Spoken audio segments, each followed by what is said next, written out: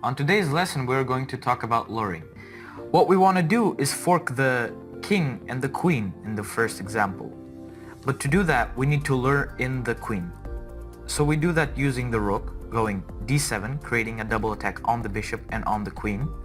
So the queen takes, and we finally fork the queen and the king. King has to move to h8, and we win the juicer, aka the queen. Let's take a look at the next example. What we want to do is fork the queen and the king again, but to do that we need to lure in the queen. So what we do is d8, creating a double attack on the king and on the queen, so the queen has to take. We go c6, knight, forking the queen and the king. Finally, the king has to move to b7, and we take the juicer once again. In the third example, what we do is sacrifice the queen. King takes on b7. We go bishop d4, creating a discovered check and also attacking the queen. So the king has to move, for example, to c6, and 3 times in a row we take the juicer. Going to the last example, we take the knight on e5 with the bishop. Black takes the bishop with the pawn. We sacrifice f7, our rook. Black takes the rook, and we go d5, creating a double attack on the rook and on the king. So the king has to move, for example, e7, and we take the rook. We are going to be talking about distraction.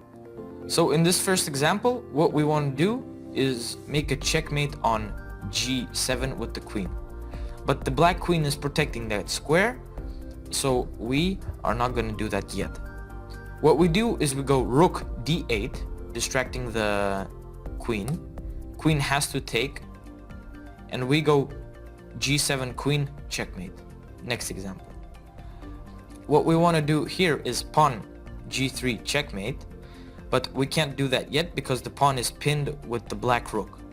So what we do is queen e1, rook takes, and we go g3 checkmate. Let's take a look at another example.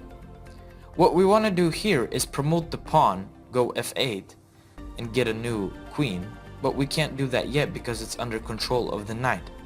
So what we do here is go e4, knight takes, and we promote the pawn. Knight takes, and we promote the pawn to the queen. Going to the last example. What we want to do here is take the queen, but we can't do that yet because the king is protecting the queen. So what we do here is a8 rook, king has to take, and we win the queen. You came here to see interference. In this example, we go f7. If the bishop, for example, goes e4, then we promote the pawn to a queen. Let's take a look at the next example. In this example, we go rook e7, knight takes on e7, and we put a checkmate on g7 with a queen.